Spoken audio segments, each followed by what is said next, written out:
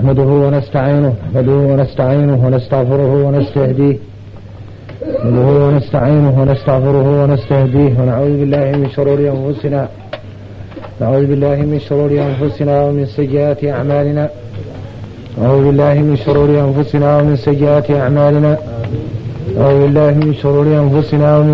أعمالنا من يهد الله فلا مضل له ومن يضلل فلا هادي له. أشهد أن لا إله إلا الله وحده لا شريك له.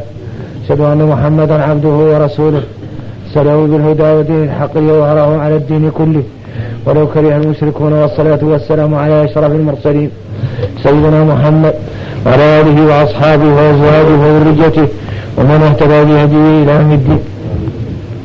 رب اشرح لي صدري ويسر لي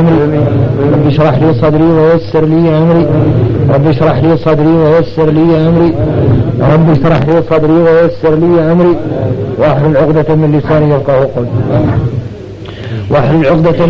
يفقهوا قولي. ربنا آتنا في الدنيا حسنة وفي الآخرة حسنة وقنا عذاب النار. ربنا اغفر لنا ولإخواننا الذين سبقونا بالإيمان ولا تجعل في قلوبنا غلا للذين آمنوا ربنا إنك رؤوف رحيم. ربنا تقبل منا إنك أنت السميع العليم وتب علينا إنك أنت التواب الرحيم. وما توفيقي إلا بالله عليه توكلت وإليه أنيب ولا حول ولا قوة إلا بالله العلي العظيم. سبحانك لا علم لنا إلا ما علمتنا إنك أنت العليم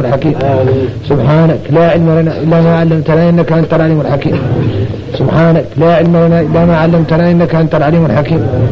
اللهم صل على محمد وعلى آل محمد كما صليت على إبراهيم وعلى آل إبراهيم وبارك على محمد وعلى آل محمد كما باركت على إبراهيم في العالمين إنك حميد مجيد.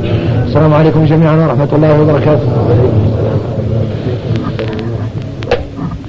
بسم الله الرحمن الرحيم.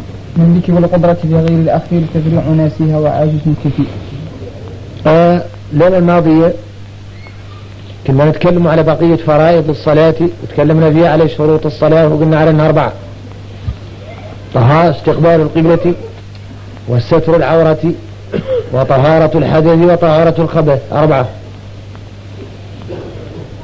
بعضهم يذكرهم ب10 قال اعلن ان بذكر ان يرتبهم قال استقبال طهر الحدث وستر عورة وطهر الخبث. قال انه بالذكر والقدرة في غير أخير أنا هم 4. قال ان 3 الأولات منهم اعلنهم انهم بالذكر والقدرة معناها اعلنهم واجبين على رجاء ولا يجد الصح صلاته بدونهم الا بشرط عود ذاكرا وقادرا. الذكر والقدرة معناها إذا عاد مذكر وقادر. معنى يكسنه معناها على انه يسق عنه في حالة انه ناسي وفي حالة انه عاجز. الذكر والقدرة معناها انه واجب عليه ما يصلي يكون ساتر عورته إلى عاد ذاكرا قادرا.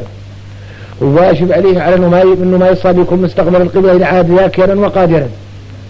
وواجب عليه على انه يطهر عن النجاسة عن الباس وعن بل وعن حاله كامل بشرط عود ذاكر وقادر. وأما الأخيرة ذيك ما مشترط في هذا اللي جاء لا بد منها في كل حال وهي طهارة الحدث. حضرك بان ما يقدر يصلي أبدا ما هو نينه تتوضأ وحد عليه الجنابة ما يقدر يصلي ما هو نينه تستحى معناها هسوى مذكر وهسوى عاجز لا بد من ذاك العجز يخرص انت اللي قد تتعدى من إمكانياتك لأن العبادة لا تصح مع الحدث. وبصورة أخرى مفصلة قالوا العلماء على شروط الصلاة 4 3 منهم فيهم النقاش واختلفوا فيهم العلماء إلى حد ما.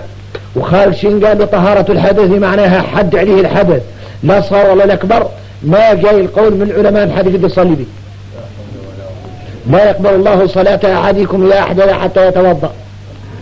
النصر ما يقدر الصحابة إلا بطهارة الوضوء إلى عتمة ما عليك الجنابة والله الصحوم إلى عتمة الجنابة. يغاري قد يقبل صلاتك ما استرت العورة يقد يقبل صلاتك لحقك ما استقبلت القبلة يقد يقبل صلاتك وانت عليك النجاسة. يقال لا يقبلها وانت عليك جنابة ولا يقبلها وانت عليك الناقض والحقك ما توضي. لذلك قالوا في القضية دي بسيطة قالوا بالذكر والقدرة في غير الأخير معناها يكون الأخير منهم اللي هو طهارة الحدث ما لا بد لك من الصورة اللي تقدر تتعلق في العبادة فيه لا بد من تعدل هذا شيء كامل تتعدل واضح هذا هو الذكر والقدرة في غير الأخير. معناها كل أخير من هذه الأربعة قاع قضيته الشد من كان ما في النقاش. قال ستفريع ناسها وعاجز كثير. قال معناها التفاصيل ما نقدر ندخلكم فيها به، اللي قال لا ادخل فيها لا يؤدي يخرج عن الاختصار. عود كان كلامه يقول الله شوي ما هو ياسر يدور الناس يقدر يصل فيها، ولا لا يدخل في التفاصيل وياخذ اللي قالوا العلماء، لا يقع يعود كتاب. واضح الكلام. تفريع ناسها وعاجز كثير معناها على انه يمين يعود وقت ناسي ووقت عاجز، فهم تفاصيل ما يقدر يقولها الان، مع انه عقب قال منهش هي لندبا يعيدان بوقت. ذكر تفريع ناسها وعاجز كثير عقب قال منهش. قال انا اقولكم فهم تفاصيل ما بدي نقولها لكم. إذا أبقيت نعطيكم من أمثلة قال له توكل علينا وإحنا قدامنا ياسر المواضيع الأساسية، وإحنا هنا عرفنا على أن هذه القضايا قد يسامح فيها الشريعة، من ستر العورة قد تسامح فيها الشريعة.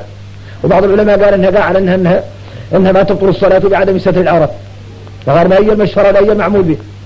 وفيه استقبال القبلة لا بد منه غير عنده بعض الأوقات، ولذلك قال لك يصلي النافلة، حبك يصلي النافلة يقد يحرم على جهة القبلة يعقب وراك يعقب تم سيارته ماشية على شيء آخر، قلت عود راكب فوتها مثلا وانت حرمت الآن وقفت، قلت له وقف، إن وقف استقبلك القبلة، إن قلت الله أكبر وراك قد يقيم بك يعملوا قيس كيهدي ولا قيس بك الولي مصوحة بهذه النافلة مخففية. هذا يدل على أن القبلة قاد يناقش أخبارها، وطهارة الخبث قد تناقش، وستر العورة قد يناقش. يا غير أن ينعود عليك جنابه والله قلت ما في تطهرت ما قد تصلي أبدا.